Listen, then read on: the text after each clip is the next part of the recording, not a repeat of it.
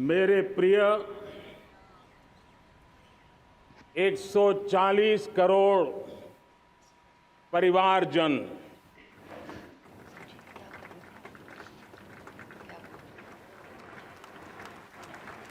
दुनिया का सबसे बड़ा लोकतंत्र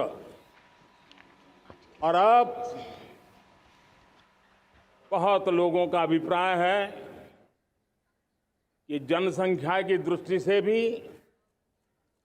हम विश्व में नंबर 1 पर है। इतना बड़ा विशाल देश, 140 करोड़ देश के मेरे भाई बहन, मेरे परिवारजन आज आजादी का पर्व मना रहे हैं। मैं देश के कोटि कोटि जनों को, देश और दुनिया में भारत को प्यार करने वाले, भारत का सम्मान करने वाले, भारत का गौरव करने वाले कोटि कोटि जनों को आजादी के इस महान पवित्र पर्व की अनेक अनेक शुभकामनाएं देता हूं। मेरे प्यारे परिवारजन, पूज्य बापू के नेतृत्व में असहयोग का आंदोलन, सत्याग्रह की मूवमेंट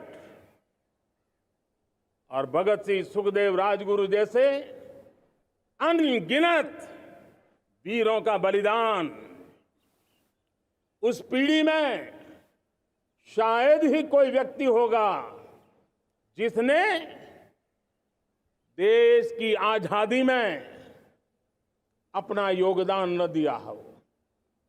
मैं आज देश की आजादी के जंग में जिन जिन ने योगदान दिया है, बलिदान दिए हैं, त्याग किया है, तपस्या की है, उन सबको आदरपूर्वक नमन करता हूं, उनका अभिनंदन करता हूं।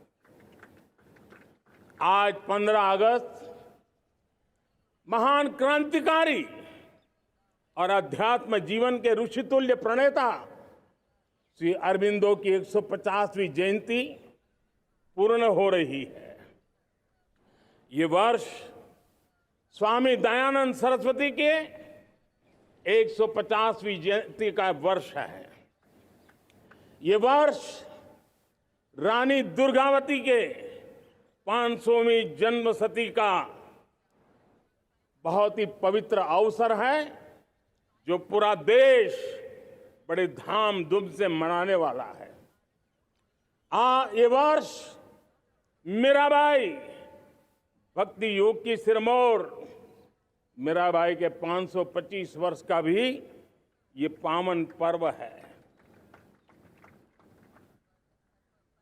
ये बार जो 26 जनवरी हम मनाएंगे, वो हमारे गणतंत्र दिवस की 75वीं वर्षगांठ होगी।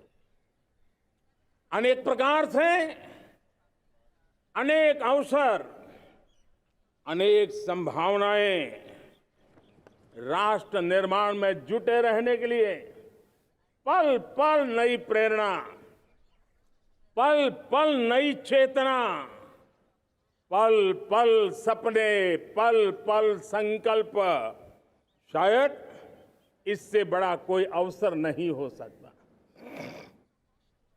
मेरे प्यारे परिवारजन,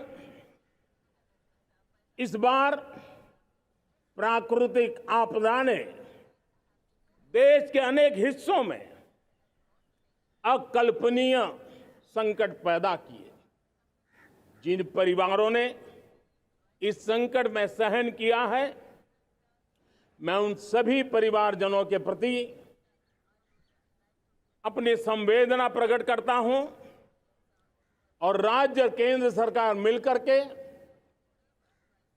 उन सभी संकटों से जल्दी से मुक्त होकर के फिर तेज गति से आगे बढ़ेंगे, ये मैं विश्वास दिलाता हूं। मेरे प्यारे परिवारजनों, पिछले कुछ सप्ताह नॉर्थ ईस्ट में, विशेषकर मणिपुर में और हिंदुस्तान के भी अन्य कुछ भागों में, लेकिन विशेषकर मणिपुर में जो हिंसा का दौर चला, कई लोगों को अपना जीवन खोना पड़ा, मां बेटियों के सम्मान के साथ खिलवाड़ हुआ। लेकिन कुछ दिनों से लगातार शांति की खबरें आ रही हैं। देश मणिपुर के लोगों के साथ है। देश मणिपुर के लोगों को पिछले कुछ दिनों से जो शांति बनाए रखी है, उस शांति के पर्व को आगे बढ़ाए और शांति से ही समाधान का रास्ता निकलेगा। और राज्य और केंद्र सरकार मिलकर के उन समस्याओं के समाधान के लिए भरपूर प्रयास कर रही है, करती रहेगी। मेरे प्यारे परिवारजनों, जब हम इतिहास की तरफ नजर करते हैं तो इतिहास में कुछ पल ऐसे आते हैं जो अपनी अमिट छाप छोड़ करके जाते हैं और उसका प्रभाव सदियों तक रहता है। और कभी कभी शुरुआत में वो बहुत छोटा लगता है, छोटी सी घटना लगती है, लेकिन वो अनेक समस्याओं की जड़ बन जाती है। हमें याद है 1200 साल पहले इस देश पर आक्रमण हुआ। एक छोटे से राज्य के छोटे से राजा का पराजय हुआ, लेकिन तब पता तक नहीं था कि एक घटना भारत को 1000 साल की गुलामी में फंसा देगी। और हम गुलामी में जकड़ते गए, जो आया लूटता गया, जो जिसका मन चाहा हम पे आके सवार हो गया। कैसा विपरीत काल रहा होगा वो 1000 साल का। मेरे प्यारे परिवारजनों, घटना छोटी क्यों ना हो, लेकिन 1000 साल तक प्रभाव छोड़ के रही है। लेकिन मैं आज इस बात का जिक्र इसलिए करना चाहता हूं कि भारत के वीरों ने इस कालखंड में कोई भूभाग ऐसा नहीं था, कोई समय ऐसा नहीं था जब उन्होंने देश की आजादी के लौ को जलता न रखा हो, बलिदान की परंपरा न बनाई हो। मां भारती बेड़ियों से मुक्त होने के लिए उठ खड़ी हुई थी, जंजीरों को झकझोर रही थी और देश की नारी शक्ति, देश की युवा शक्ति, देश के किसान, देश के गांव के लोग, मजदूर, कोई हिंदुस्तानी ऐसा नहीं था जो आजादी के सपने को लेकर के जीता न हो।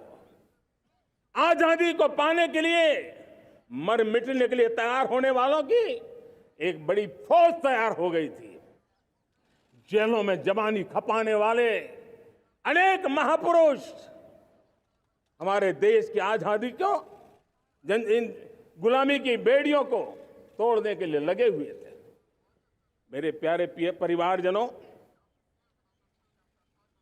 जन चेतना का वो व्यापक रूप, त्याग और तपस्या का वो व्यापक रूप, जन जन के अंदर एक नए विश्वास जगाने वाला वो पल आखिरकार 1947 में देश आजाद हुआ।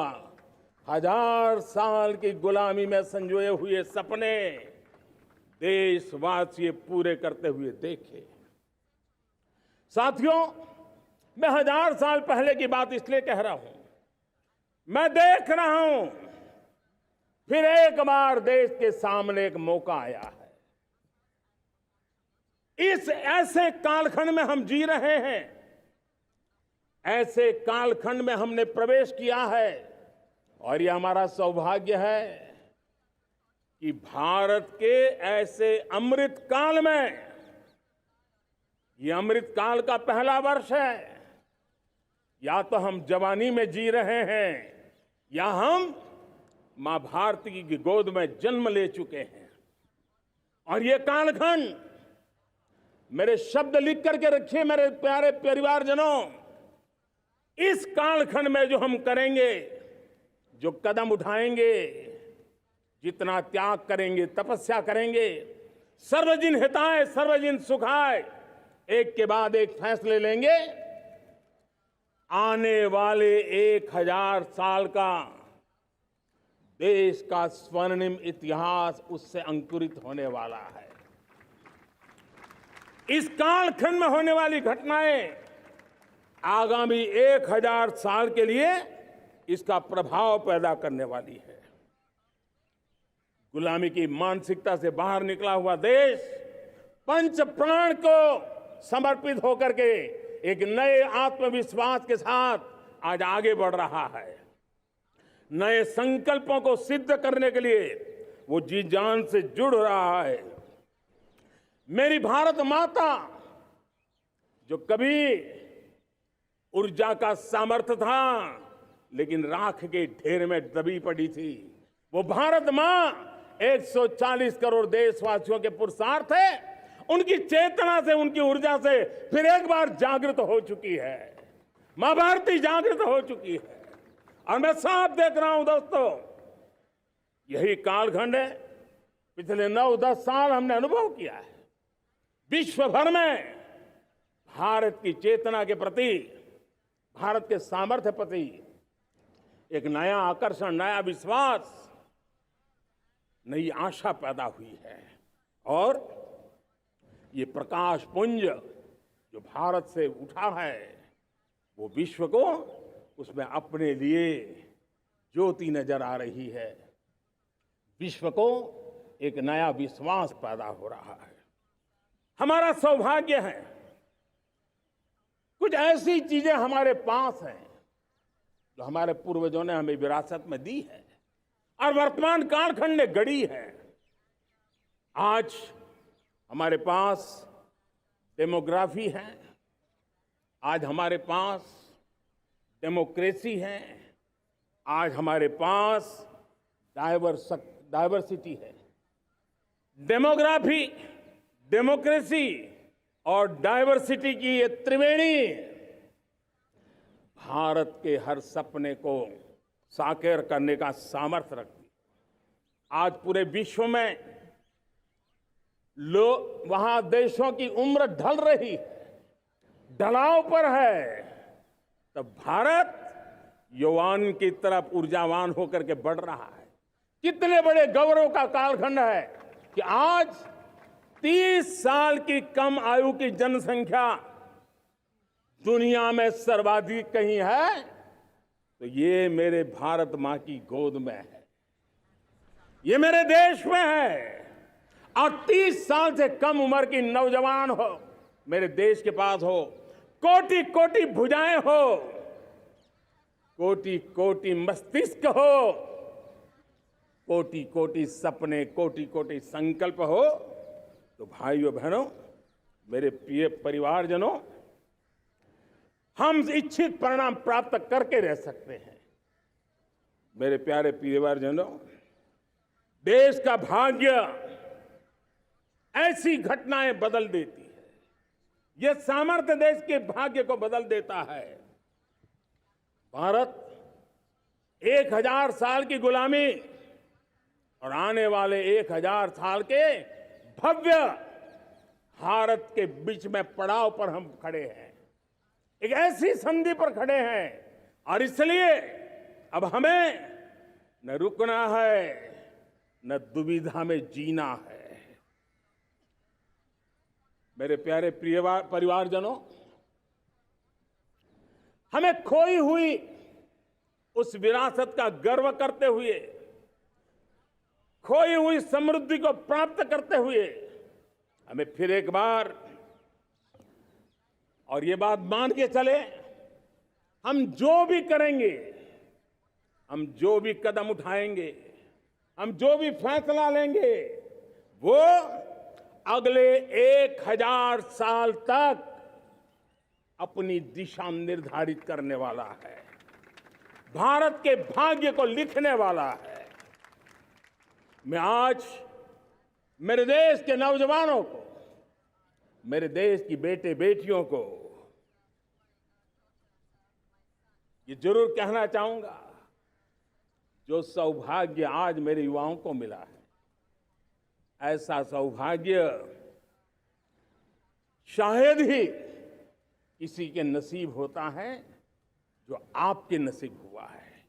और इसलिए हमें ये गंवाना नहीं है। युवा शक्ति पर मेरा भरोसा है, युवा शक्ति में सामर्थ्य है, और हमारी नीतियां, हमारी रीतियां भी उस युवा सामर्थ्य को और बल देने के लिए है। आज मेरे युवाओं ने दुनिया में पहले 3 स्टार्टअप इकोसिस्टम में भारत को स्थान दिला दिया है। विश्व के युवाओं को अचंभा हो रहा है भारत के इस सामर्थ्य को लेकर के, भारत की इस ताकत को देख करके। आज दुनिया टेक्नोलॉजी ड्रिवन है और आने वाला युग टेक्नोलॉजी से प्रभावित रहने वाला है, और तब टेक्नोलॉजी में भारत की जो टैलेंट है उसकी एक नई भूमिका रहने वाली है। साथियों, मैं पिछले दिनों G20 समिट में बाली गया था, और बाली में दुनिया के समृद्ध देश, दुनिया के विकसित देश भी, उनके मुखिया मुझे भारत की डिजिटल इंडिया की सफलता के लिए बारीकियों से जानने के लिए इच्छुक थे। हर कोई इसका सवाल पूछता था, और जब मैं उनको कहता था कि भारत ने जो कमाल किया है ना, वो दिल्ली, मुंबई, चेन्नई तक सीमित नहीं है। भारत ने जो कमाल कर रहा है, मेरे टियर 2, टियर 3 सिटी के युवा भी आज मेरे देश का भाग्य गढ़ रहे हैं। छोटे छोटे स्थान के मेरे नौजवान, और मैं आज बड़े विश्वास से कहता हूं, देश का ये जो सामर्थ्य नया नजर आ रहा है, और इसलिए मैं कहता हूं, हमारे छोटे शहर आकार और आबादी में छोटे हो सकते हैं। ये हमारे छोटे छोटे शहर, हमारे कस्बे आकार और आबादी में छोटे हो सकते हैं, लेकिन आशा और आकांक्षा, प्रयास और प्रभाव वो किसी से कम नहीं है।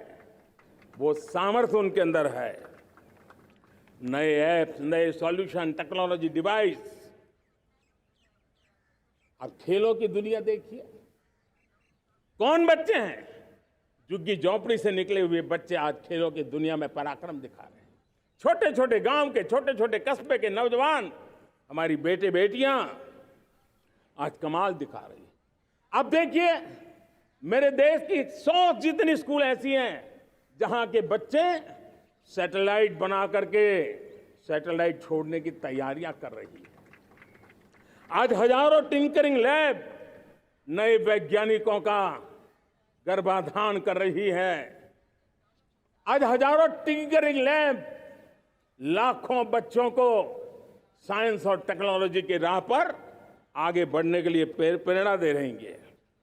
मैं मेरे देश के नौजवानों को कहना चाहता हूं, अवसरों की कमी नहीं है। आप जितने अवसर चाहेंगे, ये देश आसमान से भी ज्यादा अवसर आपने देने का सामर्थ्य रखता है। मैं आज लाल किले की प्राचीर से मेरे देश की माताओं, बहनों, मेरे देश की बेटियों को हृदय से अभिनंदन करना चाहता हूं। देश आज जब पहुंचा है, अब विशेष शक्ति जुड़ रही है मेरी माताओं बहनों के सामर्थ्य की। आज देश प्रगति की राह पर चल पड़ा है, तो मैं मेरे किसान भाई बहनों का भी अभिनंदन करना चाहता हूं। ये आप ही का पुरुषार्थ है, ये आप ही का परिश्रम है कि देश आज कृषि क्षेत्र में आगे बढ़ रहा है। मैं मेरे मजदूरों का, मेरे श्रमिकों का, मेरे प्रिय परिवारजन, ऐसे कोटि कोटि श्रमिकों को आज मैं नमन करता हूं, उनका अभिनंदन कर रहा हूं। देश आज जो आधुनिकता की ओर बढ़ रहा है, विश्व की तुलना करने वाले सामर्थ्य के साथ नजर आ रहा है, उसके पीछे मेरे देश के मजदूरों का, मेरे देश के श्रमिकों का बहुत बड़ा योगदान है। आज समय कहता है कि लाल किले की प्राचीर से मैं उनका अभिनंदन करूं, उनका अभिवादन करूं, और ये मेरे परिवारजन 140 करोड़ देशवासी, मेरे इन श्रमिकों का, रेहड़ी पटरी वालों का, फूल सब्जी बेचने वालों का हम सम्मान करते हैं। मेरे देश को आगे बढ़ाने में, मेरे देश को प्रगति की नई ऊंचाई पर ले जाने में प्रोफेशनल्स की बहुत बड़ी भूमिका है, बढ़ती रही है। चाहे साइंटिस्ट हो, चाहे इंजीनियर्स हो, डॉक्टर्स हो, नर्सिस हो, शिक्षक हो, आचार्य हो, यूनिवर्सिटीज हो, गुरुकुल हो, हर कोई मां भारती का भविष्य उज्जवल बनाने के लिए अपनी पूरी ताकत से लगा हुआ है। मेरे प्यारे परिवारजनों, राष्ट्रीय चेतना वो एक ऐसा शब्द है जो हमें चिंताओं से मुक्त कर रहा है, और आज वो राष्ट्रीय चेतना ये सिद्ध कर रही है कि भारत का सबसे बड़ा सामर्थ्य बना है भरोसा, भारत का सबसे बड़ा सामर्थ्य बना है विश्वास। जन जन में हमारा विश्वास, जन जन का सरकार पर विश्वास, जन जन का देश के उज्जवल भविष्य पर विश्वास, और विश्व का भी भारत के प्रति विश्वास। ये विश्वास हमारी नीतियों का है, हमारी रीति का है। भारत के उज्जवल भविष्य को जिस निर्धारित मजबूत कदमों से हम आगे बढ़ा रहे हैं, उसका है। भाइयों बहनों, मेरे प्यारे परिवारजनों, ये बात निश्चित है कि भारत का सामर्थ्य और भारत की संभावनाएं विश्वास की नई बुलंदियों को पार करने वाली है, और ये विश्वास की नई बुलंदियां नए सामर्थ्यों को लेकर के चलनी चाह रही है। आज देश में G20 समिट के मेहमान नवाजी का भारत को अवसर मिला है। अब पिछले एक साल से हिंदुस्तान के हर कोने में जिस प्रकार से G20 के अनेक ऐसे आयोजन हुए, अनेक कार्यक्रम हुए हैं, उसने देश के सामान्य मानवीय के सामर्थ्य को विश्व को परिचित करा दिया है, भारत की विविधता का परिचय कराया है, भारत की डायवर्सिटी को दुनिया अचंभे से देख रही है, और उसके कारण भारत के तरफ आकर्षण बढ़ा है, भारत को जानने की, समझने की इच्छा जगी है। उसी प्रकार से आप देखिए एक्सपोर्ट, आज भारत का एक्सपोर्ट के तेजी से बढ़ रहा है, और मैं कहना चाहता हूं दुनिया के एक्सपर्ट्स इन सारे मानदंडों के आधार पर कह रहे हैं कि अब भारत रुकने वाला नहीं है। दुनिया की कोई भी रेटिंग एजेंसी होगी, वो भारत का गौरव कर रही है। कोरोना काल के बाद दुनिया एक नए सिरे से सोचने लगी, और मैं विश्वास से देख रहा हूं कि जिस प्रकार से द्वितीय महायुद्ध के बाद, द्वितीय विश्व युद्ध के बाद दुनिया ने एक नया वर्ल्ड ऑर्डर आकार लिया था, मैं साफ साफ देख रहा हूं कि कोरोना के बाद एक नया विश्व ऑर्डर, एक नया ग्लोबल ऑर्डर, एक नया जियोपॉलिटिकल इक्वेशन, ये बहुत तेजी से आगे बढ़ रहा है। जियोपॉलिटिकल इक्वेशन की सारे व्याख्याएं बदल रही है, परिभाषाएं बदल रही है, और मेरे प्यारे परिवारजनों, आप गौरव करेंगे। बदलते हुए विश्व को शेप देने में आज मेरे 140 करोड़ देशवासियों, आपका सामर्थ्य नजर आ रहा है। आप निर्णायक मोड़ पर खड़े हैं। और कोरोना काल में भारत ने जिस प्रकार से देश को आगे बढ़ाया, दुनिया ने हमारे सामर्थ्य को देखा है। जब दुनिया की सप्लाई चेन तहस नहस हो गई थी, बड़ी बड़ी अर्थव्यवस्थाओं पर दबाव था, उस समय भी हमने कहा था हमें विश्व का विकास देखना है तो मानव केंद्रीय होना चाहिए, मानवीय संवेदनाओं से भरा हुआ होना चाहिए, और तब जाकर के समस्याओं का सही समाधान निकालेंगे। और कोविड ने हमें सिखाया है या हमें मजबूर किया है, लेकिन मानवीय संवेदनाओं को छोड़ करके हम विश्व का कल्याण नहीं कर सकते। आज भारत ग्लोबल साउथ की आवाज बन रहा है। भारत की समृद्ध विरासत आज दुनिया के लिए एक अवसर बन रहा है। Global economy, global supply chain, इसमें भारत की हिस्सेदारी, मैं पक्का विश्वास से कहता हूं, आज जो भारत ने परिस्थिति पैदा हुई है, आज जो भारत ने कमाया है, वो दुनिया में स्थिरता की गारंटी लेकर के आया है। दोस्तों, अब न हमारे मन में, न 140 करोड़ मेरे परिवारजनों के मन में, और न ही दुनिया के मन में कोई इफ्स है, कोई बट्स है। विश्वास बन चुका है। मेरे प्यारे देशवासियों, अब गेंद हमारे पाले में है। हमें अवसर जाने नहीं देना चाहिए, हमें मौका छोड़ना नहीं चाहिए। भारत में मैं मेरे देशवासियों का इसलिए भी अभिनंदन करता हूं कि मेरे देशवासियों में एक नीर-क्षीर विवेक का सामर्थ्य है, समस्याओं की जड़ों को समझने का सामर्थ्य है। और इसलिए 2014 में मेरे देशवासियों ने 30 साल के अनुभव के बाद तय किया कि देश को आगे ले जाना है तो स्थिर सरकार चाहिए, मजबूत सरकार चाहिए, पूर्ण बहुमत वाली सरकार चाहिए। और देशवासियों ने एक मजबूत और स्थिर सरकार बनाई।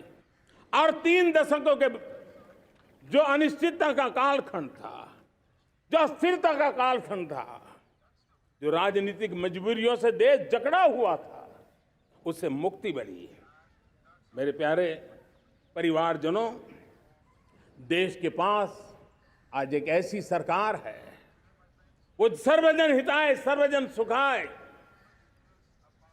देश के संतुलित विकास के लिए समय का पल पल और जनता की पाई पाई, जनता की भलाई के लिए लगा रही है। और मेरी सरकार, मेरे देशवासियों का मन एक बात से जुड़ा हुआ है। हमारे हर निर्णय, हमारे हर दिशा, उसका एक ही मानदंड है, नेशन फर्स्ट, राष्ट्र प्रथम। और राष्ट्र प्रथम यही दूरगामी परिणाम, सकारात्मक परिणाम पैदा करने वाला है। देश में बड़े स्तर पर काम हो रहा है। और लेकिन मैं कहना चाहूंगा, 2014 में आपने एक मजबूत सरकार बनाई, और मैं कहता हूं 2014 में और 2019 में आपने एक सरकार फॉर्म की, तो मोदी में रिफॉर्म करने की हिम्मत आई। आपने ऐसी सरकार फॉर्म की कि मोदी को रिफॉर्म की हिम्मत आई। और जब मोदी ने एक के बाद एक रिफॉर्म किए, तो मेरे ब्यूरोक्रेसी के लोग, मेरे लाखों हाथ पैर जो हिंदुस्तान के कोने कोने में सरकार के हिस्से के रूप में काम कर रहे हैं, उन्होंने ब्यूरोक्रेसी ने ट्रांसफॉर्म करने के लिए, परफॉर्म करने की जिम्मेवारी बखूबी निभाई। और उन्होंने परफॉर्म करके दिखाया, और जनता जनार्दन जुड़ गई, तो वो ट्रांसफॉर्म होता भी नजर आ रहा है। और इसलिए रिफॉर्म, परफॉर्म, ट्रांसफॉर्म, ये कालखंड अब भारत के भविष्य को गढ़ रहा है। और हमारी सोच देश की उस ताकतों को बढ़ावा देने पर है जो आने वाले 1000 साल की नींव को मजबूत करने वाले हैं। दुनिया को युवा शक्ति की जरूरत है, युवा स्किल की जरूरत है। हमने अलग स्किल मिनिस्ट्री बनाई, वो भारत की आवश्यकताओं को तो पूरी करेगी, वो दुनिया की आवश्यकताओं को पूरी करने का भी सामर्थ्य रखेगी। हमने जल शक्ति मंत्रालय बनाया। मंत्रालय की बनाने की रचना को भी अगर कोई एनालिसिस करेगा ना, तो इस सरकार के मन मस्तिष्क को बड़े अच्छे ढंग से आप समझ पाएंगे। हमने जल शक्ति मंत्रालय बनाया। ये जल शक्ति मंत्रालय हमारे देश के एक एक देशवासियों को पीने का शुद्ध पानी पहुंचे, पर्यावरण की रक्षा के लिए पानी के प्रति संवेदनशील व्यवस्थाएं विकसित हो, उस पर हम बल रहे हैं। हमारे देश में कोरोना के बाद दुनिया देख रही है होलिस्टिक हेल्थ केयर, ये समय की मांग है। हमने अलग आयुष मंत्रालय बनाया और योग और आयुष आज दुनिया में अपना परचम लहरा रहे हैं।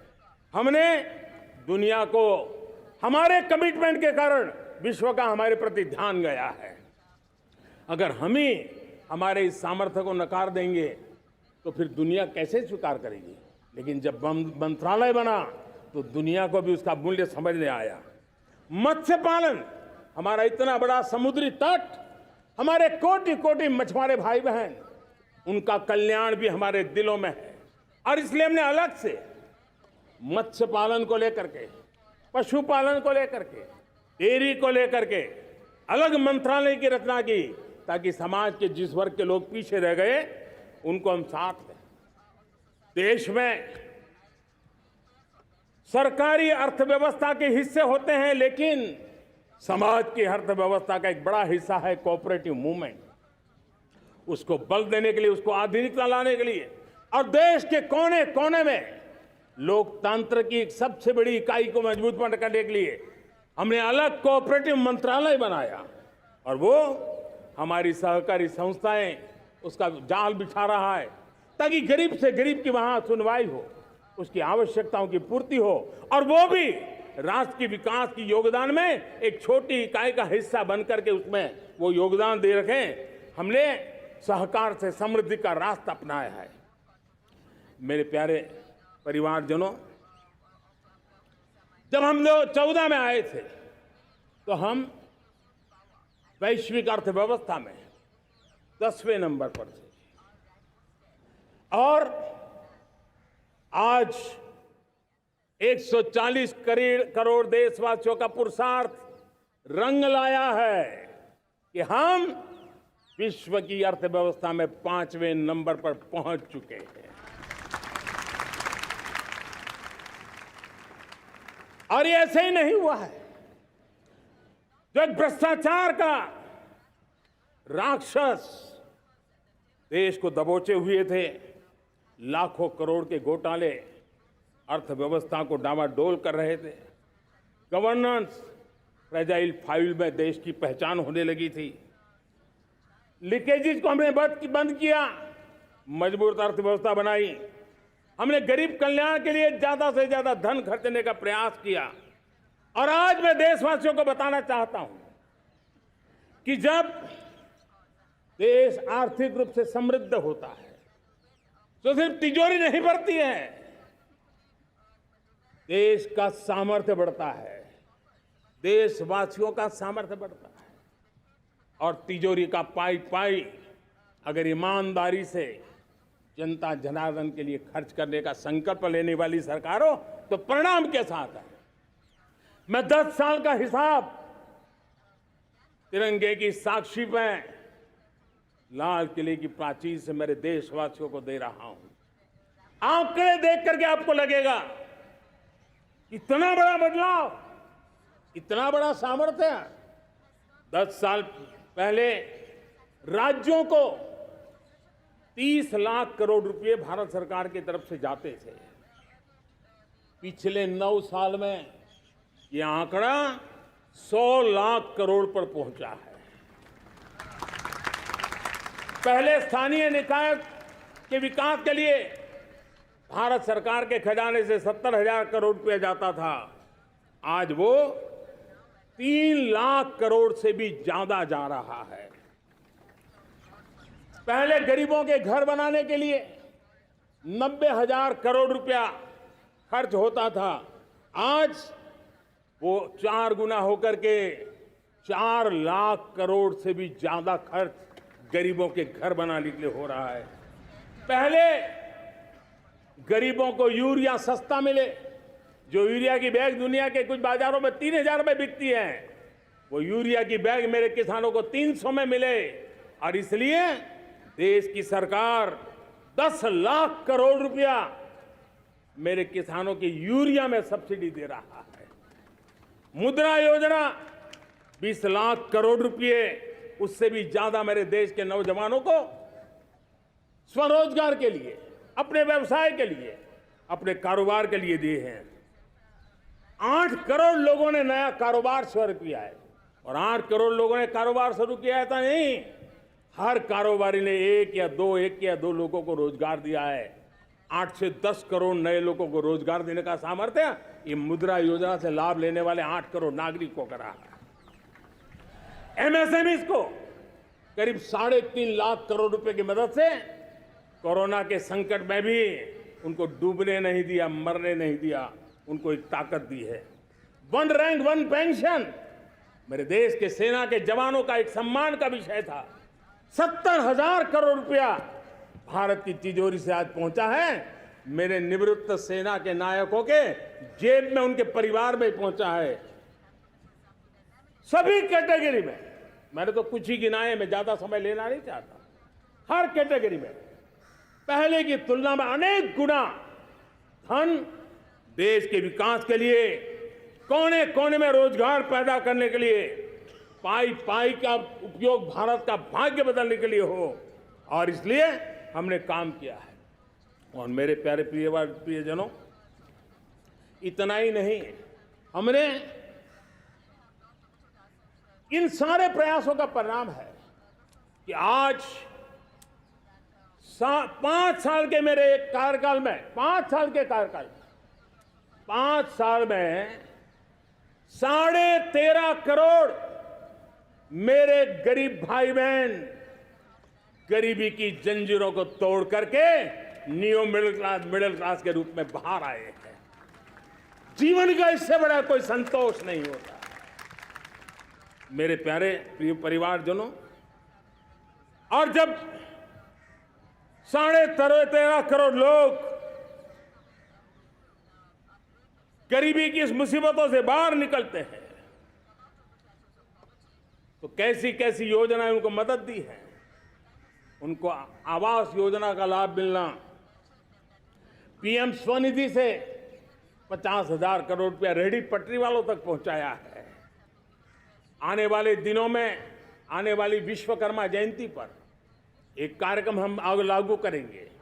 इस विश्वकर्मा जयंती पर हम करीब 13-15 हजार करोड़ रुपया से, जो परंपरागत कौशल्य से रहने वाले लोग, जो औजार से और अपने हाथ से काम करने वाला वर्ग है, ज्यादातर ओबीसी समुदाय से, हमारे सुथार हो, हमारे सोनार हो, हमारे राजमिस्त्री हो, हमारे कपड़े धोने वाले काम करने वाले लोग हो, हमारे बाल काटने वाले भाई बहन परिवार हो, ऐसे लोगों को एक नई ताकत देने के लिए हम आने वाले महीने में विश्वकर्मा जयंती पर विश्वकर्मा योजना लॉन्च करेंगे और करीब 13-15 हजार करोड़ से उसका प्रारंभ करेंगे। हमने पीएम किसान सम्मान निधि में 2.5 लाख करोड़ रुपया सीधा मेरे देश के किसानों के खाते में जमा किया है। हमने जल जीवन मिशन, हर घर में शुद्ध पानी पहुंचे, 2 लाख करोड़ रुपया खर्च किया है। हमने आयुष्मान भारत योजना, ताकि गरीब को बीमारी के कारण अस्पताल जाने से जो मुसीबत होती थी उसको मुक्ति दिलाना, उसको दवाई मिले, उसका उपचार हो, ऑपरेशन हो, अच्छे से अच्छी हॉस्पिटल में हो। आयुष्मान भारत योजना के तहत 70,000 करोड़ रुपए हमने लगाए हैं। पशुधन, देश ने कोरोना वैक्सीन की बात तो देश को याद है, 40,000 करोड़ रुपए लगाए, वो तो याद है। लेकिन आपको जानकर के खुशी होगी, हमने पशुधन को बचाने के लिए करीब करीब 15,000 करोड़ रुपया पशुधन के टीकाकरण के लिए लगाया है। मेरे प्यारे देशवासियों, मेरे प्यारे परिवारजनों, जन औषधि केंद्रों ने देश के सीनियर सिटीजन्स को, देश के मध्यम वर्गीय परिवार को एक नई ताकत दी है। जिस संयुक्त परिवार में अगर किसी को एक डायबिटीज जैसा हो जाए, 2-3 हजार रुपया दवाई का बिल स्वाभाविक हो जाता है। हमने जन औषधि केंद्र से जो दवाई बाजार में 100 रुपये में मिलती है, वो 10 रुपया, 15 रुपया, 20 रुपये में दी। और आज देश में 1000 जन औषधि केंद्रों से मेरे इन बीमारी में जिनको दवाई की जरूरत थी, ऐसे लोगों के करीब 20,000 करोड़ रुपया उनके जेब में बचा है। और ये ज्यादातर मध्यम वर्ग के परिवार के लोग हैं। लेकिन आज उसकी सफलता को देखते हुए मैं देशवासियों को कहना चाहता हूं, जैसे हम एक विश्वकर्मा योजना लेकर के समाज के उस वर्ग को छूने वाले हैं, अब देश में 10,000 जन औषधि केंद्र से हम 25,000 जन औषधि केंद्र का लक्ष्य लेकर के आने वाले दिनों में काम करने वाले हैं। मेरे प्यारे परिवारजनों, जब देश में गरीबी कम होती है तो देश की मध्यम वर्ग की ताकत बहुत बढ़ती है। और अगर दुनिया में, और मैं आपको विश्वास दिलाता हूं, आने वाले 5 साल में मोदी का गारंटी है, देश पहले 3 वैश्विक इकोनॉमी में अपना जगह ले लेगा। ये पक्का जगह ले लेगा। आज जो 13.5 करोड़ गरीबी से बाहर आए हुए लोग हैं, वो एक प्रकार से मध्यम वर्ग की ताकत बन जाते हैं। जब गरीब की खरीद शक्ति बढ़ती है तो मध्यम वर्ग की व्यापार शक्ति बढ़ती है। जब गांव की खरीद शक्ति बढ़ती है तब कस्बे और शहर की आर्थिक व्यवस्था और तेज गति से दौड़ती है। और यही इंटरकनेक्टेड हमारा अर्थचक्र होता है। हम उसको बल लेकर के आगे चलना चाहते हैं। मेरे प्यारे परिवारजनों, शहर के अंदर जो कमजोर लोग रहते हैं, बिना घर को मुसीबत रहती है, मध्यम वर्ग के परिवार अपना खुद का घर का सपना देख रहे हैं, हम उसके लिए भी आने वाले कुछ सालों के लिए एक योजना लेकर के आ रहे हैं।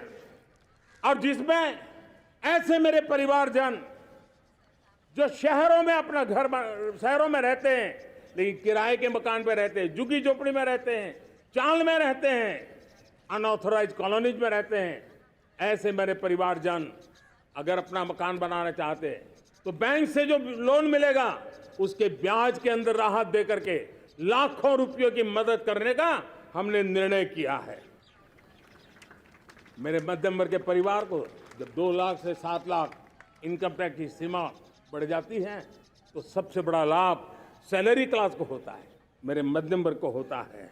इंटरनेट का डेटा बहुत महंगा था 2014 के पहले, आज दुनिया का सबसे सस्ता इंटरनेट का डेटा का खर्चा हो रहा है। हर परिवार के पैसे बच रहे हैं। मेरे प्यारे परिवारजनों, विश्व कोरोना के बाद अभी तक उभर नहीं पाया है। युद्ध ने फिर एक नई मुसीबत पैदा की है। आज दुनिया महंगाई के संकट से जूझ रही है। पूरी दुनिया की अर्थव्यवस्था को महंगाई ने दबोच के रखा है। हम भी दुनिया से जिन सामान की जरूरत होती है लाते हैं, तो हमें सामान तो इंपोर्ट करते हैं। हमारा दुर्भाग्य है कि हमें महंगाई भी इंपोर्ट करनी पड़ती है, क्योंकि पूरी दुनिया को महंगाई ने जकड़ के रखा है। लेकिन मेरे प्यारे परिवारजनों, भारत ने महंगाई को नियंत्रित रखने के लिए भरसक प्रयास किए हैं।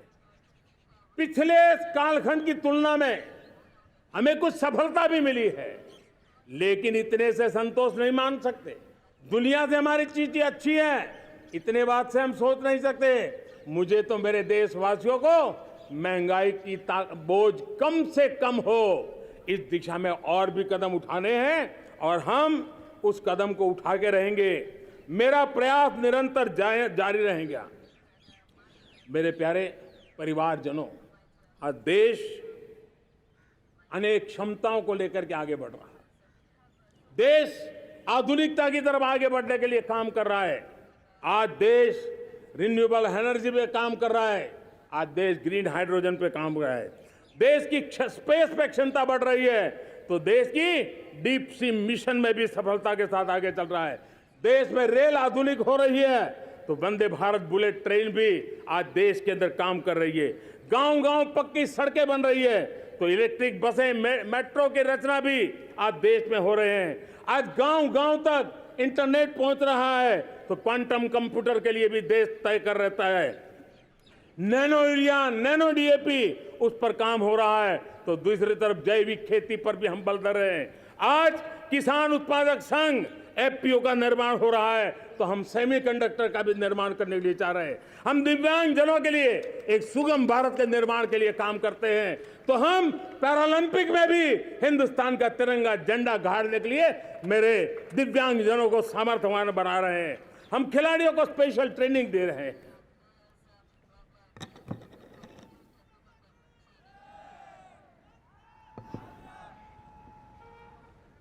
आज भारत पुरानी सोच, पुराने ढर्रे को छोड़ करके लक्ष्यों को तय करके लक्ष्यों को प्राप्त करने की राह से चल रहा है।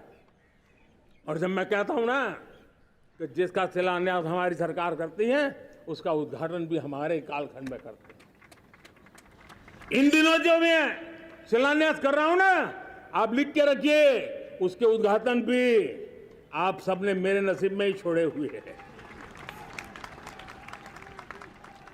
हमारी कार्य संस्कृति, बड़ा सोचना, दूर का सोचना, सर्वजन हिताय सर्वजन सुखाय सोचना, ये हमारी कार्यशैली रही है। और सोच से भी ज्यादा, संकल्प से भी ज्यादा हासिल कैसे करना, इस ऊर्जा के साथ हम काम करते हैं। हमने आजादी के काल अमृत महोत्सव में 75,000 अमृत सरोवर बनाने का संकल्प किया था। उस समय हमने हर जिले में 75 अमृत सरोवर बनाने का संकल्प किया था। करीब 50-55 हजार अमृत सरोवर की कल्पना की थी, लेकिन आज करीब 75,000 अमृत सरोवर का काम निर्माण हो रहा है। ये अपने आप में बहुत बड़ा काम हो रहा है। जनशक्ति और जल शक्ति की ताकत भारत के पर्यावरण की रक्षा में भी काम आने वाली है। 18,000 गांवों तक बिजली पहुंचाना, जनधन बैंक खाते खोलना, बेटियों के लिए शौचालय बनाना, सारे टारगेट समय के पहले पूरी शक्ति से पूरे करेगा। और जब भारत ठान लेता है तो उसे पूरा करके रहता है। ये हमारा ट्रैक रिकॉर्ड कहता है। 200 करोड़ वैक्सीनेशन का काम, दुनिया हमें जब पूछती है 200 करोड़ सुनती है, उनकी आंखें फट जाती है। इतना बड़ा काम ये मेरे देश के आंगनवाड़ी वर्कर, हमारी आशा वर्कर, हमारी हेल्थ वर्कर, उन्होंने करके दिखाया। यह मेरे देश का सामर्थ्य है। 5G को रोल आउट किया, दुनिया में सबसे तेज गति से 5G रोल आउट करने वाला मेरा देश है। 700 से अधिक जिलों तक हम पहुंच चुके हैं और अब 6G की भी तैयारी कर रहे हैं। हमने टास्क फोर्स बना दिया है। रिन्यूएबल एनर्जी, हम टारगेट से पहले चले हैं। हमने रिन्यूएबल एनर्जी 2030 का जो टारगेट तय किया था, 21-22 में इसको पूरा कर दिया। हमने इथेनॉल में 20% ब्लेंडिंग की बात कही थी, वो भी हमने समय से 5 साल पहले पूरा कर दिया। हमने $500 बिलियन के एक्सपोर्ट की बात की थी, वो भी समय के पहले $500 बिलियन से ज्यादा कर दिया। हमने तय किया, जो हमारे देश में 25 साल से चर्चा हो रही थी कि देश में नई संसद बने, पार्लियामेंट का कोई सत्र ऐसा नहीं था नई संसद के। ये मोदी है, समय के पहले नई संसद बना करके रख दिया। मेरे प्यारे भाई बहनों, ये काम करने वाली सरकार है, निर्धारित लक्ष्यों को पार करने वाली सरकार है। ये नया भारत है, ये आत्मविश्वास से भरा हुआ भारत है, ये संकल्पों को चरितार्थ करने के लिए जी जान से जुटा हुआ भारत है।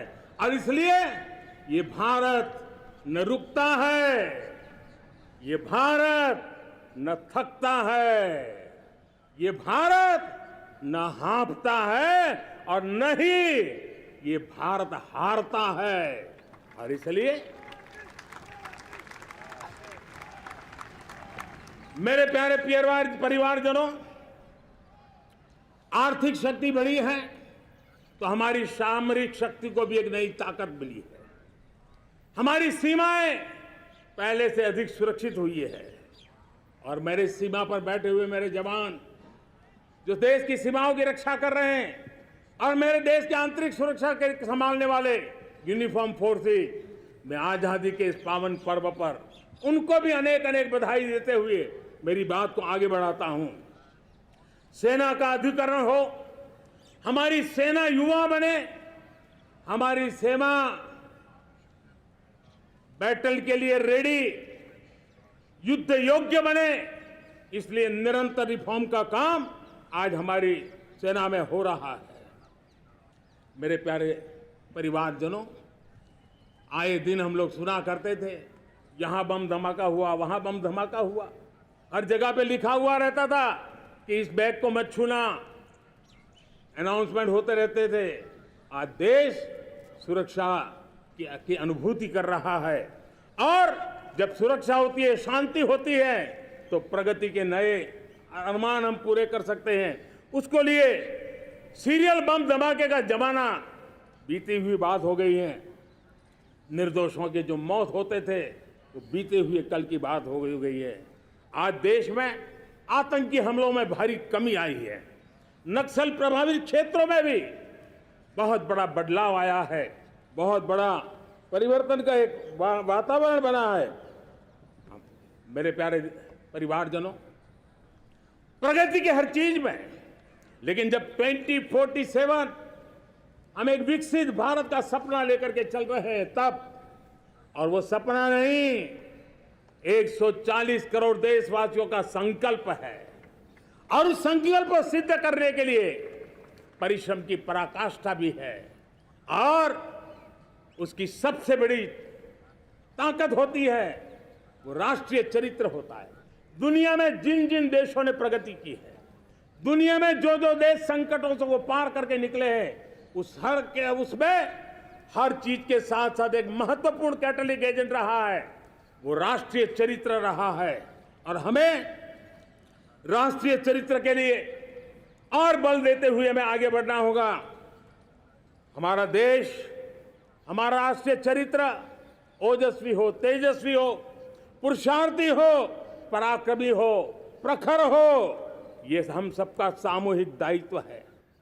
और आने वाले 25 साल हम एक ही मंत्र को लेकर चले, ये हमारे राष्ट्रीय चरित्र के सिरमौर होना चाहिए। एकता का संदेश, भारत की एकता को जीना, भारत की एकता को आंच आए, न ऐसी मेरी भाषा होगी, न ऐसा मेरा कोई कदम होगा। हर पल देश को जोड़ने का प्रयास मेरी तरफ से भी होता रहेगा। भारत की एकता हमें सामर्थ्य देती है।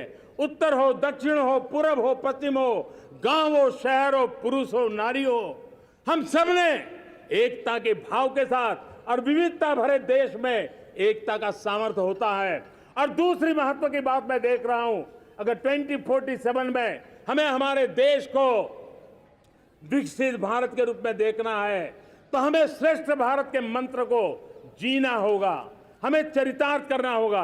अब हमारे प्रोडक्शन में, मैंने 2014 में कहा था जीरो डिफेक्ट, जीरो इफेक्ट। दुनिया के किसी भी टेबल पर मेक इन इंडिया चीज हो तो दुनिया को विश्वास होना चाहिए, इससे बेहतर दुनिया में कुछ नहीं हो सकता है। ये अल्टीमेट होगा। हमारी हर चीज, हमारी सर्विसेज होगी तो श्रेष्ठ होगी, हमारे शब्द की ताकत होगी तो श्रेष्ठ होगी, हमारी संस्थाएं होगी तो श्रेष्ठ होगी, हमारी निर्णय प्रक्रियाएं होगी तो श्रेष्ठ होगी। ये श्रेष्ठता का भाव लेकर के हमें चलना होगा। तीसरी बात है, देश में आगे बढ़ाने के लिए एक अतिरिक्त शक्ति का सामर्थ्य भारत को आगे ले जाने वाला है, और वो है विमेन लेड डेवलपमेंट।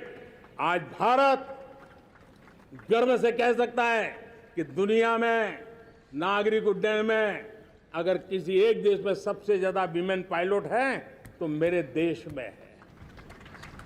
आज चंद्रयान की गति हो, मून मिशन की बात हो, मेरी विमेन साइंटिस्ट उसका नेतृत्व कर रहे हैं।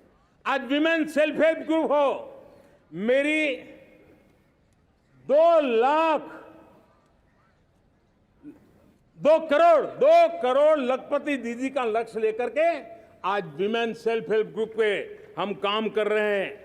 हम हमारी नारी शक्ति के सामर्थ्य को बढ़ावा देते हुए विमेन लेड डेवलपमेंट के, और जब G20 में मैंने विमेन लेड डेवलपमेंट के विषय को आगे बढ़ाया है तो पूरा G20 समूह इसके महत्व को स्वीकार कर रहा है, और उसके महत्व को स्वीकार कर करके वो उसको बहुत बल दे रहे हैं।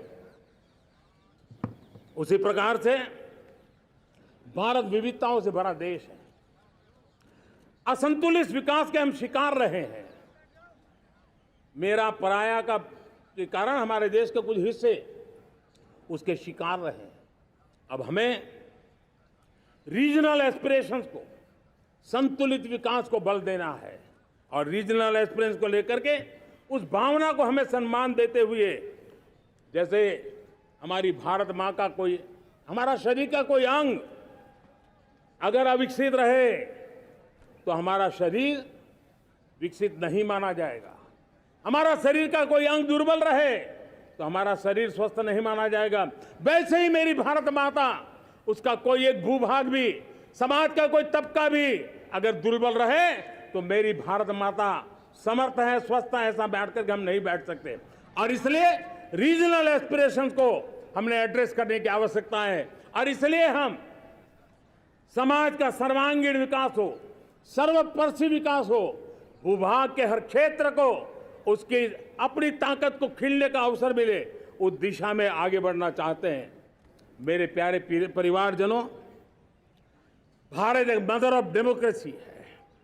भारत मॉडल ऑफ डाइवर्सिटी भी है। भाषाएं अनेक हैं, बोलियां अनेक हैं, परिधान अनेक हैं, विविधताएं बहुत है। हमने उन सारे को आधार पर आगे बढ़ना है। मेरे प्यारे परिवारजनों, देश के जब मैं एकता की बात करता हूं, तब अगर घटना मणिपुर में होती है तो पीड़ा महाराष्ट्र में होती है, अगर बाढ़ आसाम में आती है तो बेचैन केरला हो जाता है। हिंदुस्तान के किसी भी हिस्से में कुछ भी हो, हम एक अंगांगी भाव की अनुभूति करते हैं। मेरे देश की बेटियों पर जुल्म न हो, यह हमारा सामाजिक भी दायित्व है, यह हमारा पारिवारिक दायित्व भी है, और ये देश के नाते हम सबका दायित्व है। आज जब अफगानिस्तान से गुरु ग्रंथ साहब के स्वरूप को लाते हैं तो पूरा देश गौरव की अनुभूति करता है। जब आज दुनिया के किसी देश में कोविड के काल में मेरा कोई सिख भाई लंगर लगाता है, भूखों को खिलाता है, और दुनिया में वाहवाही होती है, तो हिंदुस्तान का सीना चौड़ा हो जाता है।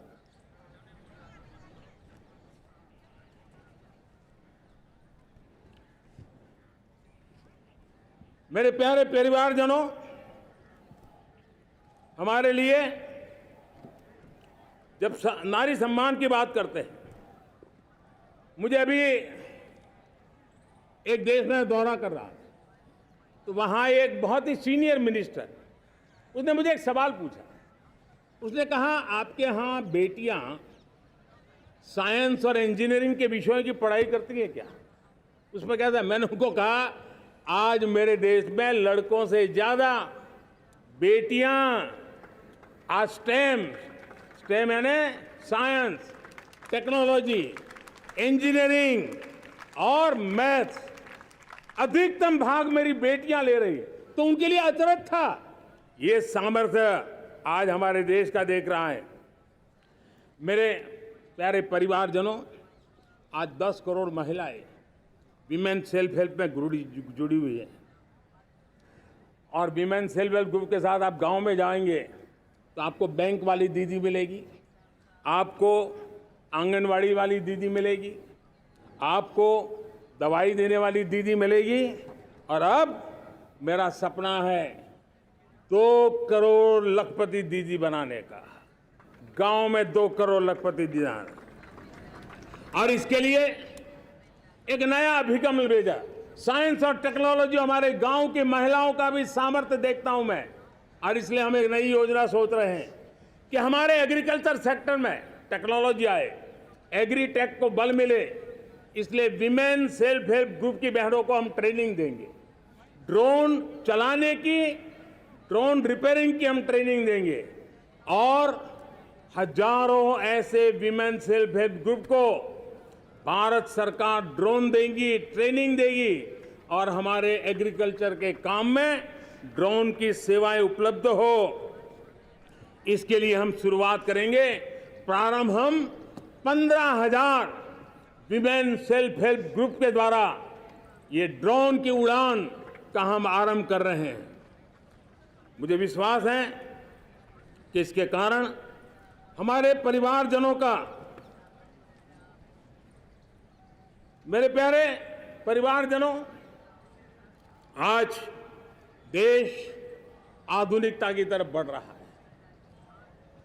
हाईवे हो, रेलवे हो, एयरवे हो, हाईवेज हो, इंफॉर्मेशन वेज, वाटरवेज हो, कोई क्षेत्र ऐसा नहीं है जिस क्षेत्र को आगे बढ़ाने की दिशा में आज देश काम न करता हो।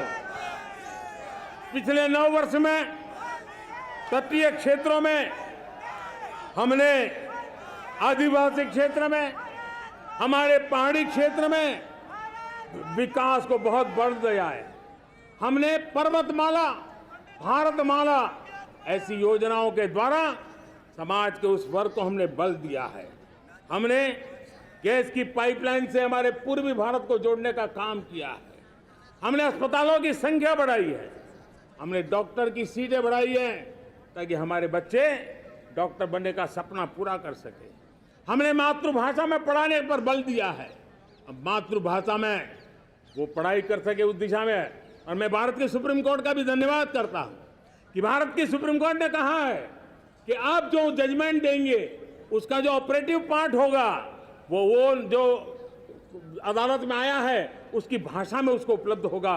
मातृभाषा का महात्म्य आज बढ़ रहा है।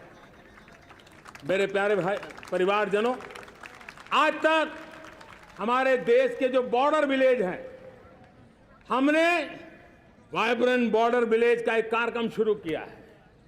और वाइब्रेंट बॉर्डर विलेज, अब तक इसके लिए कहा जाता था देश के आखिरी गांव। हमने उस पूरी सोच को बदला है, वो देश का आखिरी गांव नहीं है। सीमा पर जो नजर आ रहा है वो मेरे देश का पहला गांव है। अगर सूरज उगता है पूरब में तो उस तरफ के गांव में पहली सूरज की किरण आती है। अगर सूरज ढलता है तो इस तरफ के गांव में आखिरी किरण उसका लाभ मिलता है। ये मेरे पहले गांव है और मुझे खुशी है कि आज मेरे इस कार्यक्रम के विशेष मेहमान, ये जो पहले गांव है, सीमावर्ती गांव है, उसके 600 प्रधान आज इस लाल किले की प्राचीर के इस महत्वपूर्ण कार्यक्रम का हिस्सा बनने के लिए आए। पहली बार वो इतनी दूर तक आए हैं, नए संकल्प और सामर्थ्य के साथ जुड़ने के लिए आया है। मेरे प्यारे परिवारजनों, हमने संतुलित विकास के लिए एस्पिरेशनल डिस्ट्रिक्ट, एस्पिरेशनल ब्लॉक की कल्पना की और आज उसके सुखद परिणाम मिल रहे हैं। आज राज्य के जो नॉर्मल पैरामीटर्स हैं, जो एस्पिरेशनल डिस्ट्रिक्ट कभी बहुत पीछे थे, वो आज राज्य में भी अच्छा करने लग गए हैं। और मुझे विश्वास है कि आने वाले दिनों में ये हमारे आकांक्षी जिले, हमारे आकांक्षी बॉल अवश्य आगे बढ़ेंगे। जैसे मैंने कहा था, भारत का चरित्र की चर्चा कर रहा था, तो मैंने पहला कहा था भारत की एकता, दूसरा कहा था भारत श्रेष्ठता की तरफ बल दें, तीसरा कहा था विमेन लेड डेवलपमेंट की मैंने बात कही थी, और मैं आज एक बात और कहना चाहता हूं कि हम जैसे रीजनल एस्पिरेशन, मैंने चौथी बात कही थी, पांचवी महत्व की बात, और भारत ने अब उस दिशा में जाओ, और वो है हमारा राष्ट्रीय चरित्र विश्व मंगल के लिए सोचने वाला होना चाहिए। हमें देश को इतना मजबूत बनाना है जो विश्व मंगल के लिए भी अपनी भूमिका अदा करे। और आज कोरोना के बाद मैं देख रहा हूं जिस प्रकार से संकट की घड़ी में देश ने दुनिया की मदद की, उसका परिणाम है कि आज दुनिया में हमारा देश एक विश्व मित्र के रूप में, विश्व का अटूट साथी के रूप में आज मेरे देश की पहचान बनी है। हमें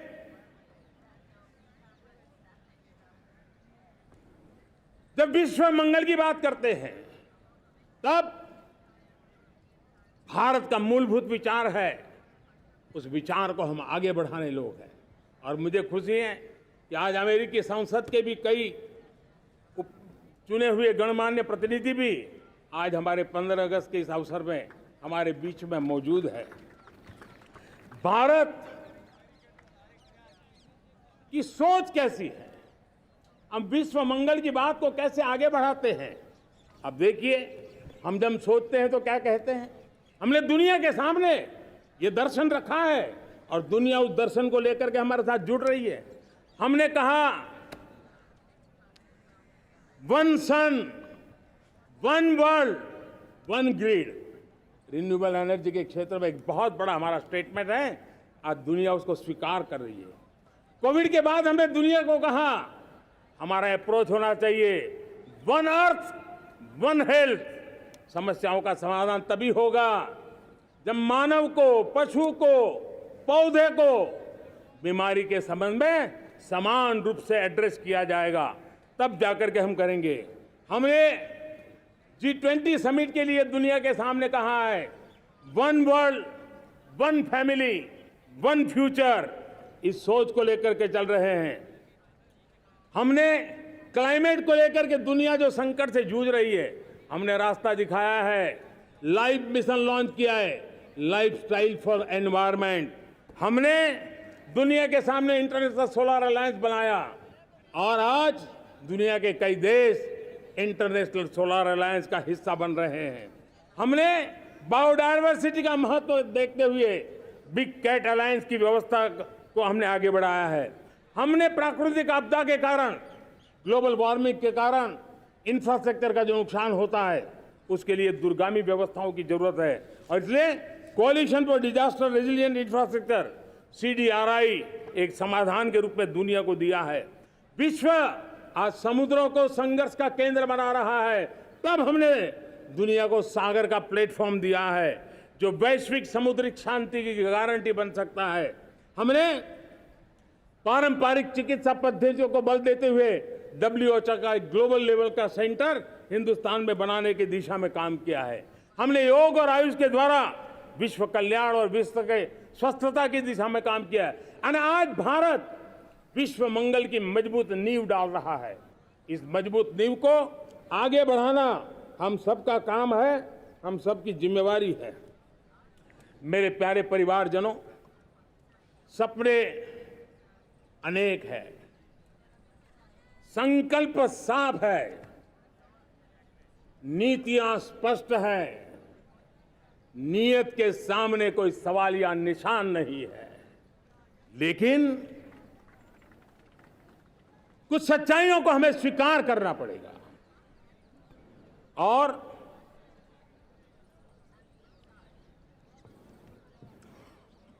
उसके समाधान के लिए मेरे प्रिय परिवारजनों, मैं आज लाल किले से आपकी मदद मांगने आया हूं। मैं लाल किले से आपके आशीर्वाद मांगने आया हूं, क्योंकि पिछले सालों मैंने देश को जो समझा है, देश की आवश्यकताओं को जो मैंने परखा है और अनुभव के आधार पर मैं कह रहा हूं कि आज गंभीरतापूर्वक उन चीजों को हमें लेना होगा। आजादी के अमृतकाल में 2047 में जब देश आजादी के 100 साल मनाएगा, उस समय दुनिया में भारत का तिरंगा झंडा विकसित भारत का तिरंगा झंडा होना चाहिए।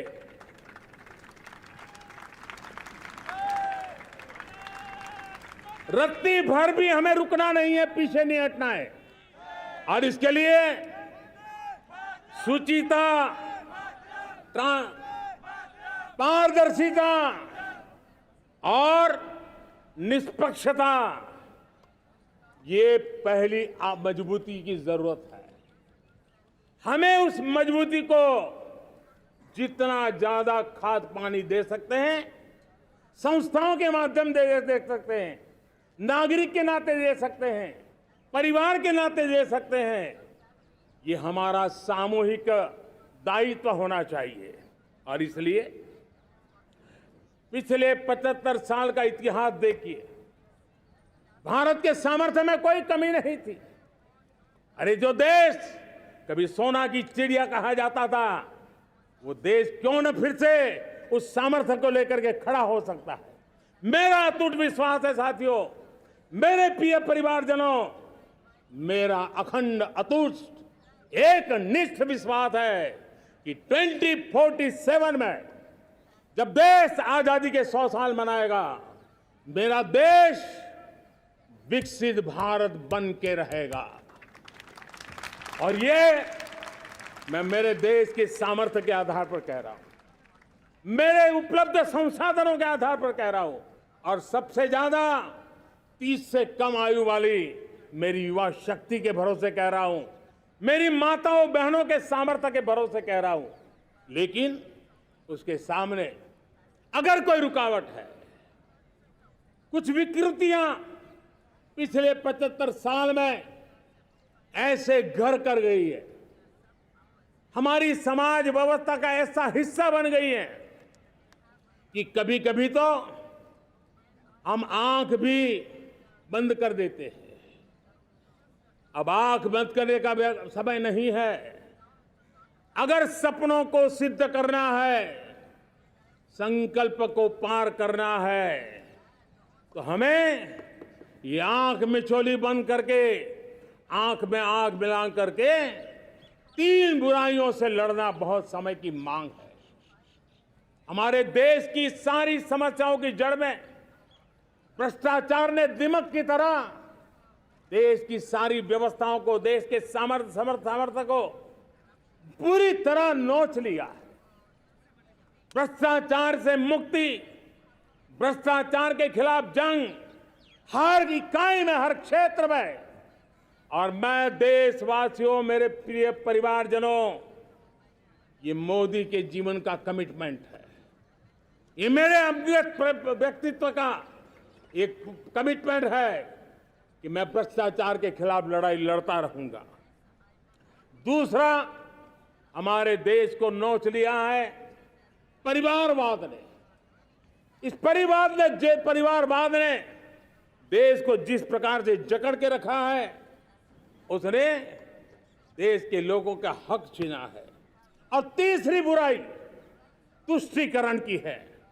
ये तुष्टीकरण में भी देश के मूलभूत चिंतन को, देश के सर्व समावेशक हमारे राष्ट्रीय चरित्र को दाग लगा दिए हैं, तहस नहस कर दिया है इन लोगों ने।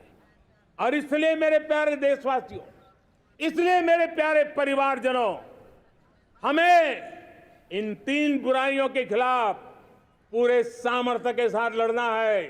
भ्रष्टाचार, परिवारवाद, तुष्टीकरण, ये चुनौतियां हमारे, ये ऐसी चीजें पनपी है जो हमारे देश के लोगों का जो आकांक्षा है उसका दमन करती है। हमारे देश के कुछ लोगों के पास जो छोटा मोटा सामर्थ्य है उसका शोषण करती है। ये ऐसी चीजें हैं जो हमारे लोगों की आशा आकांक्षाओं को सवाल या निशान में गाड़ देती है।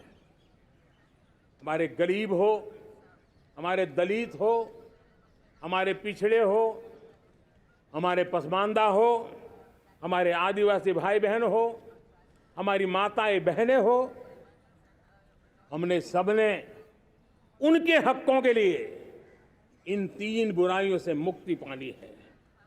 हमें भ्रष्टाचार के खिलाफ एक नफरत का माहौल बनाना है। जैसे गंदगी हमें नफरत पैदा करती है ना, मन में गंदगी पसंद नहीं है, ये सार्वजनिक जीवन की इससे बड़ी कोई गंदगी नहीं हो सकती। और इसलिए हमारे स्वच्छता अभियान को एक नया मोड़ ये भी देना है कि हमें भ्रष्टाचार से मुक्ति पानी है। सरकार टेक्नोलॉजी से भ्रष्टाचार की मुक्ति के लिए बहुत प्रयास कर रही है। आपको जानकर के हैरानी होगी, इस देश में पिछले 9 साल में एक काम मैंने ऐसे किया, आंकड़ा सुनोगे तो लोगों का मोदी ऐसा करता है जैसे 10 करोड़ लोग करीब करीब जो गलत फायदा उठाते थे वो मैंने रोक दिया। तो आप में से कोई कहेगा आपने लोगों से अन्याय कर दिया।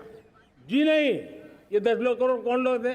ये 10 करोड़ वो लोग थे जिनका जन्म ही नहीं हुआ था और उनके नाम पर उनके विडो हो जाते थे, वो वृद्ध हो जाते थे, वो दिव्यांग हो जाते थे, फायदे लिए जाते थे। 10 करोड़ ऐसे बेनामी जो चीजें चलती थी उसको रोकने का पवित्र काम, भ्रष्टाचारियों की संपत्ति जो हमने जब्त की है ना, वो पहले की तुलना में 20 गुना ज्यादा की है। मेरे प्यारे परिवारजनों, ये आपकी कमाई का पैसा लोग लेकर के भागे थे, 20 गुना ज्यादा संपत्ति को जब्त करने का। और इसलिए लोगों की मेरे प्रति नाराजगी होना बहुत स्वाभाविक है, लेकिन मुझे भ्रष्टाचार के खिलाफ की लड़ाई को आगे बढ़ाना है। हमारे सरकारी व्यवस्था ने पहले कैमरा के सामने तो कुछ हो जाता था, लेकिन बाद में चीजें अटक जाती थी। हमने पहले की तुलना में कई गुना ज्यादा अदालत में चार्जशीट की है और अब जमानतें भी नहीं मिलती हैं। वैसी पक्की व्यवस्था को लेकर के हम आगे बढ़ रहे हैं, क्योंकि हम ईमानदारी से भ्रष्टाचार के खिलाफ लड़ रहे हैं। आज परिवारवाद और तुष्टीकरण, इसने देश का बहुत बड़ा दुर्भाग्य किया है। अब लोकतंत्र में ये कैसे हो सकता है कि पॉलिटिकल पार्टी, और मैं विशेष बल दे रहा हूं पॉलिटिकल पार्टी, आज मेरे देश के लोकतंत्र में एक ऐसी विकृति आई है जो कभी भारत के लोकतंत्र को मजबूती नहीं दे सकती। और वो क्या है बीमारी? परिवारवादी पार्टियां। और उनका तो मंत्र क्या है?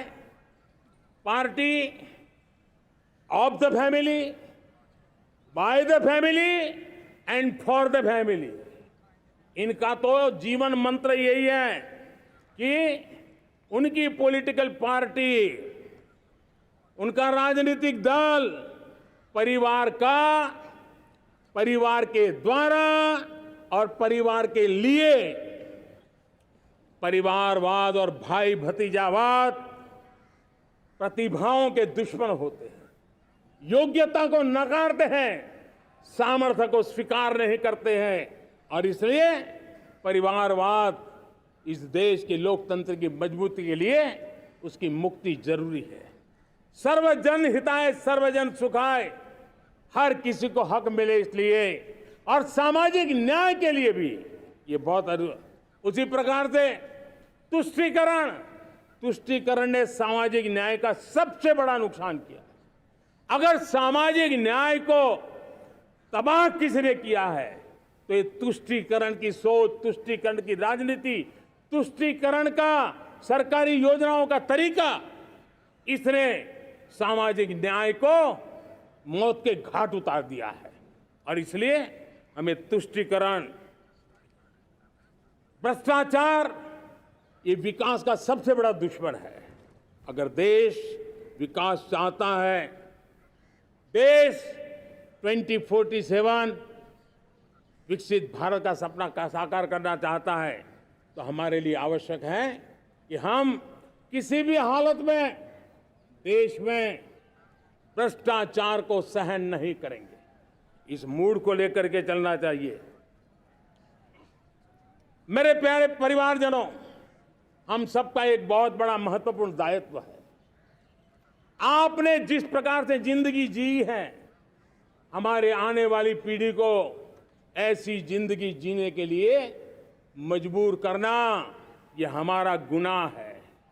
यह हमारा दायित्व है कि हमारे आने वाली पीढ़ी को हम ऐसा समृद्ध देश दें, ऐसा संतुलित देश दें, ऐसा सामाजिक न्याय की धरोहर वाला देश दें, ताकि छोटी छोटी चीजों को पाने के लिए उन्हें कभी भी संघर्ष न करना पड़े।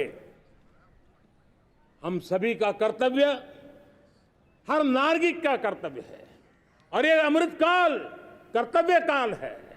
हम कर्तव्य से पीछे नहीं उठ सकते। हमें वो भारत बनाना है जो पूज्य बापू के सपनों का था। हमें वो भारत बनाना है जो हमारे स्वतंत्र सेनानियों का सपना था। हमें वो भारत बनाना है जो हमारे वीर शहीदों का था, हमारी वीरांगनाओं का था, जिन्होंने मातृभूमि के लिए अपना जीवन दे दिया था। मेरे प्यारे परिवारजनों, मैं जब 2014 में आपके पास आया था, तब 2014 में मैं परिवर्तन का वादा लेकर के आया था। 2014 में मैंने आपको वादा किया था, मैं परिवर्तन लाऊंगा, और 140 करोड़ मेरे परिवारजन, आपने मुझ पे भरोसा किया और मैंने विश्वास पूरा करने की कोशिश की। रिफॉर्म, परफॉर्म, ट्रांसफॉर्म, वो 5 साल जो वादा था वो विश्वास में बदल गया, क्योंकि मैंने परिवर्तन का वादा किया था। रिफॉर्म, परफॉर्म, ट्रांसफॉर्म के द्वारा मैंने इस वादे को विश्वास में बदल दिया। कठोर परिश्रम किया है, देश के लिए किया है, शान से किया है, सिर्फ और सिर्फ नेशन फर्स्ट, राष्ट्र सर्वोपरि, इस भाव से किया है। 2019 में परफॉर्मेंस के आधार पर आप सबने मुझे फिर से आशीर्वाद दिया। परिवर्तन का वादा मुझे यहां ले आया, परफॉर्मेंस मुझे दोबारा ले आया, और आने वाले 5 साल अभूतपूर्व विकास के हैं। 2047 के सपने को साकार करने का सबसे बड़ा स्वर्णिम पल आने वाले 5 साल है। और अगली बार 15 अगस्त को इसी लाल किले से मैं आपको देश की उपलब्धियां, आपके सामर्थ्य, आपके संकल्प, उसमें हुई प्रगति, उसकी जो सफलता है, उसके गौरवगान, उससे भी अधिक आत्मविश्वास के सामने, आपके सामने मैं प्रस्तुत करूंगा। मेरे प्यारे प्रियजनों, मेरे परिवारजनों, मैं आप में से आता हूं, मैं आपके बीच से निकला हूं, मैं आपके लिए जीता हूं। अगर मुझे सपना भी आता है तो आपके लिए आता है। अगर मैं पसीना भी बहाता हूं तो आपके लिए बहाता हूं, क्योंकि इसलिए नहीं कि आपने मुझे दायित्व दिया है, मैं इसलिए कर रहा हूं कि आप मेरे परिवारजन हैं, और आपके परिवार के सदस्य के नाते मैं आपके किसी दुख को देख नहीं सकता हूं, मैं आपके सपनों को चूर चूर होते नहीं देख सकता हूं, मैं आपके संकल्प को सिद्धि तक ले जाने के लिए आपका एक साथी बन करके, आपका एक सेवक बन करके, आपके साथ जुड़े रहने का, आपके साथ जीने का, आपके लिए जूझने का मैं संकल्प लेकर के चला हुआ इंसान हूं। और मुझे विश्वास है, हमारे पूर्वजों ने आजादी के लिए जो जंग लड़ा था, जो सपने देखे थे, वो सपने हमारे साथ है। आजादी के जंग में जिन्होंने बलिदान दिया था, उनके आशीर्वाद हमारे साथ है और 140 करोड़ देशवासियों को एक ऐसा अवसर आया है। ये अवसर हमारे लिए एक बहुत बड़ा संबल लेकर के आया है और इसलिए मेरे प्यारे प्रियजनों, आज जब मैं अमृतकाल में आपके साथ बात कर रहा हूं, ये अमृतकाल का पहला वर्ष है। ये अमृतकाल के पहले वर्ष पर जब मैं आपसे बात कर रहा हूं तो मैं आपको पूरे विश्वास से कहना चाहता हूं, चलता चलाता काल चक्र, चलता चलाता काल चक्र, अमृत काल का भाल चक्र, चलता चलाता काल चक्र, अमृत काल का भाल चक्र, सबके सपने, सबके सपने, अपने सपने, सबके सपने, अपने सपने, पनपे सपने सारे, सबके सपने, अपने सपने, पनपे सपने सारे, धीर चले, वीर चले, धीर चले, वीर चले, चले युवा हमारे, धीर चले, वीर चले, चले युवा हमारे, नीति सही, नीति सही, रीति नहीं, नीति सही, रीति नहीं, गति सही, गति सही, राह नहीं, गति सही, राह नहीं। चुनो, चुनो चुनौती, चुनो चुनौती सीना तान, चुनो चुनौती सीना तान, जग में बढ़ाओ देश का नाम, चुनो चुनौती सीना तान, जग में बढ़ाओ देश का नाम। मेरे प्यारे परिवारजनों, हिंदुस्तान के कोने कोने में बैठे हुए मेरे परिवारजन, दुनिया के कोने कोने में जाकर के बसे हुए मेरे परिवारजन, आप सबको आजादी के पावन पर्व की फिर एक बार मैं बहुत बहुत शुभकामनाएं देता हूं। ये अमृतकाल हम सबके लिए कर्तव्य काल है। ये अमृतकाल हम सबको मां भारती के लिए कुछ कर गुजारने का काल है। आजादी का जब जंग चल रहा था 1947 के पहले जो पीढ़ी ने जन्म लिया था उन्हें देश के लिए मरने का मौका मिला था।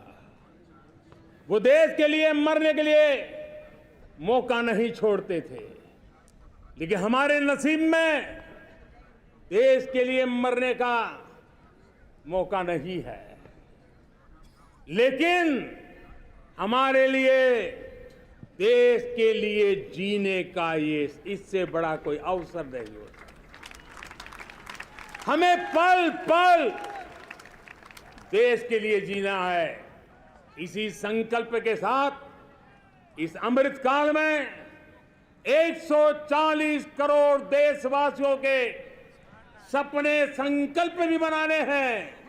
140 करोड़ देशवासियों के संकल्प को सिद्धि में भी परिवर्तित करना है और 2047 का जब तिरंगा झंडा फहरेगा तो विश्व एक विकसित भारत का गुणगान करता होगा। इसी विश्वास के साथ, इसी संकल्प के साथ मैं आप सबको अनेक अनेक शुभकामनाएं देता हूं, बहुत बहुत बधाई देता हूं। जय हिंद, जय हिंद, जय हिंद, भारत माता की, भारत माता की, भारत माता की, वंदे वंदे वंदे। बहुत बहुत धन्यवाद।